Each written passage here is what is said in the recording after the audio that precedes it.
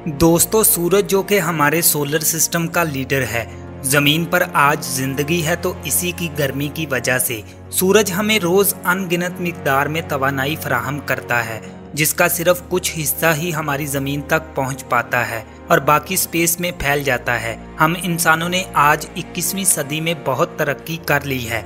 हमने कई ऐसी चीजें इजाद कर ली हैं जिनकी वजह से हमारी जमीन में बहुत सारी तब्दीलियां रूनुमा हुई हैं। इसी में से एक है प्लास्टिक। इसने वाकई ही हमारी रोजमर्रा की जिंदगी को काफी आसान बना दिया है और प्लास्टिक का सबसे ज्यादा इस्तेमाल फूड पैकिंग में होता है। ये सस्ता भी है और जल्दी खराब भी नहीं होता, लेकिन आज यही प्लास्टिक हमारे सर का दर्द बन चुका है, क्योंकि आज ज़मीन पर सबसे आसानी से और सबसे ज़्यादा मिकदार में पाया जाने वाला कचरा बन चुका है। एक रिसर्च के मुताबिक हर साल तकरीबन 2 billion metric tonne waste produce होता है। इतना सारा कचरा कैसे प्रोड्यूस होता है कोई नहीं जानता, लेकिन कई समझदार लोगों ने इसके लिए अलग अलग सॉल्यूशन पेश किए हैं। जैसे कोई कहता है कि क्यों ना इस कचरे को धकेलते हुए आतिशफिशा में फेंक दिया जाए, तो कोई कहता है इसे गड्ढों में डाल दें।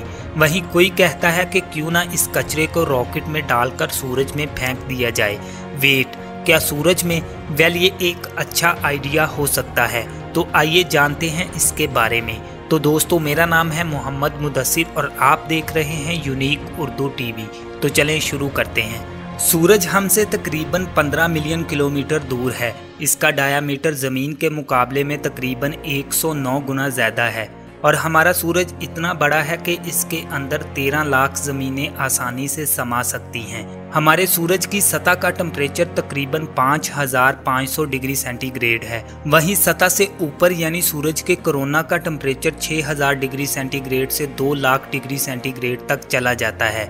अब ऐसा क्यों होता है? क्योंकि सूरज के सरफेस के मुकाबले में इसका ऊपरी टेम्परेचर, जिसे कोरोना कहते हैं, वो ज़्यादा गर्म है। इसका कोई ठोस जवाब हमारे पास नहीं है, लेकिन ये हमें बताता है कि अगर हमने किसी भी कचरे को सूरज की सतह ही नहीं बल्कि इसके आसपास तक भी भेज दिया तो हमारा काम हो जाएगा और हमें इस सारे कचरे से हमेशा हमेशा के लिए निजात मिल जाएगी। लेकिन आइए अब हम बात करते हैं कि क्या वाकई ही में ये इतना आसान है जितना ये सुनने में लग रहा है।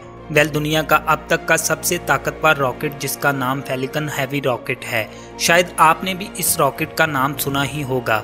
ये ज़मीन के लो अर्थ ऑर्बिट से तकरीबन 63,800 किलोग्राम का पेलोड आराम से ले जा सकता है, यानी तकरीबन 63 टन का वज़न। वाकई में ही ये काफ़ी पावरफुल रॉकेट है। लेकिन क्या आपको पता है इस रॉकेट को लॉन्च करने की लागत कितनी है? $90 million.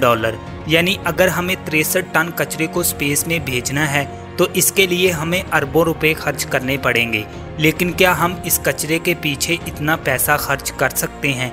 Well, falcon heavy rocket तो सबसे सस्ते में हमें पेलोड स्पेस में भेजने का मौका देता है। फिर भी इसके खर्च को आप देख सकते हैं। कोई भी मुल्क अपने कचरे के पीछे तो इतना खर्च करने वाला नहीं, लेकिन मान लेते हैं कि कोई मुल्क इसके लिए तैयार भी हो जाए और अरबों रुपए खर्च करके कचरे को रॉकेट में डालकर स्पेस में भेजने भी लगे, तो क्या ये इतना आसान होगा? सबसे पहली बात यह है कि अगर रॉकेट सक्सेसफुली लॉन्च ना हुआ तो हमें बहुत बड़ा नुकसान होगा। अगर मान लीजिए लॉन्च सही रहा, लेकिन रॉकेट स्पेस में पहुंचते ही यानी लो अर्थ ऑर्बिट में ही ख़राब हो गया, तो ये हमारे लिए नुकसानदेह होगा। एक तो वैसे ही हम स्पेस जंक्स के ख़तरे से परेशान हैं, ऊपर से अगर ये कचरा भी इन स्पेस जंक्स में शामिल हो जाए तो हम यहाँ इस ज़मीन पर कैद होकर रह जाएंगे। और तो और ये हमारे ऑर्बिट में मौजूद सैटेलाइट्स का भी काम तमाम कर देगा। लेकिन अगर हम मान लें कि हम बहुत ही लकी हैं और हमने ज़मीन के ऑर्बिट को भी पार कर लिया है, तो क्या हम आसानी से सूरज तक पहुँच सकेंगे? ये इतना भी आसान नहीं है। क्या आपको पता है मरकरी, जो कि हमारे सूरज का सबसे करीबी सियारा है, वहाँ स्पेस प्रोब भेजने से पहले हमने सोलर सिस्टम के प्लैनेट्स, गैस जाइंट्स को एक्सप्लोर करने के लिए स्पेस प्रोब भेज दिए थे और हमने इंसानों को भी चांद पर भेज दिया था। लेकिन इस वक्त भी हम मरकरी पर स्पेस प्रोब नहीं भेज सके थे क्योंकि वहाँ जाना बहुत मुश्किल था। लेकिन मरकरी पर जाना इतना मुश्किल क्यों है? क्योंकि जब हम सोलर सिस्टम के भारी प्लैनेट्स की तरफ जाते हैं तब हम सूरज की ग्रेविटी के ऑपोजिट डायरेक्शन में जाते हैं, जिसकी वजह से स्पेस क्राफ्ट को कंट्रोल करना हमारे लिए ज़्यादा आसान होता है। लेकिन वहीं जब हम सूरज की तरफ जाते हैं तब स्पेसक्राफ्ट की फोर्स के साथ साथ सूरज की ग्रेविटी भी इसको अपनी तरफ खींचती है, जिसकी वजह से इसे कंट्रोल करना थोड़ा ज़्यादा मुश्किल हो जाता है और इसी वजह से सूरज की तरफ रॉकेट लॉन्च करना हमारे लिए कहीं ज़्यादा मुश्किल होता है। तो इतनी सारी मेहनत करना, वो भी इस कचरे के लिए जो कि रुकने का नाम ही नहीं लेता, ये कोई सही सल्यूशन नहीं है। इसकी बजाय हमें क्या करना चाहिए? इसका सबसे अच्छा रास्ता है कि जितना हो सके इतना कम कचरा प्रोड्यूस करें। मगर वो कैसे? RRR वेस्ट मैनेजमेंट टेक्निक से, यानी रिड्यूस, रीयूज और रिसाइकल टेक्निक से। इस टेक्निक को डेली लाइफ में फॉलो करके जितना हो सके हमें उतना कम कचरा प्रोड्यूस करना चाहिए। कचरे से निजात हासिल करने के लिए यही अब तक का सबसे बेहतरीन हल है। तो दोस्तों, आप भी आज से और अभी से जितना हो सके उतना कम कचरा प्रोड्यूस करने का अहद करो, ताकि हमारे लिए और हमारी आने वाली नस्लों के लिए एक बेहतरीन पाकिस्तान की बुनियाद रखी जाए। दोस्तों, मज़ीद ऐसी वीडियोस देखने के लिए हमारे चैनल को सब्सक्राइब करें और साथ घंटी के आइकन पर ज़रूर क्लिक करें, ताकि आप हमारी आने वाली मज़ीद वीडियो सबसे पहले देख सकें। Thanks for watching my this video. Allah हाफिज़।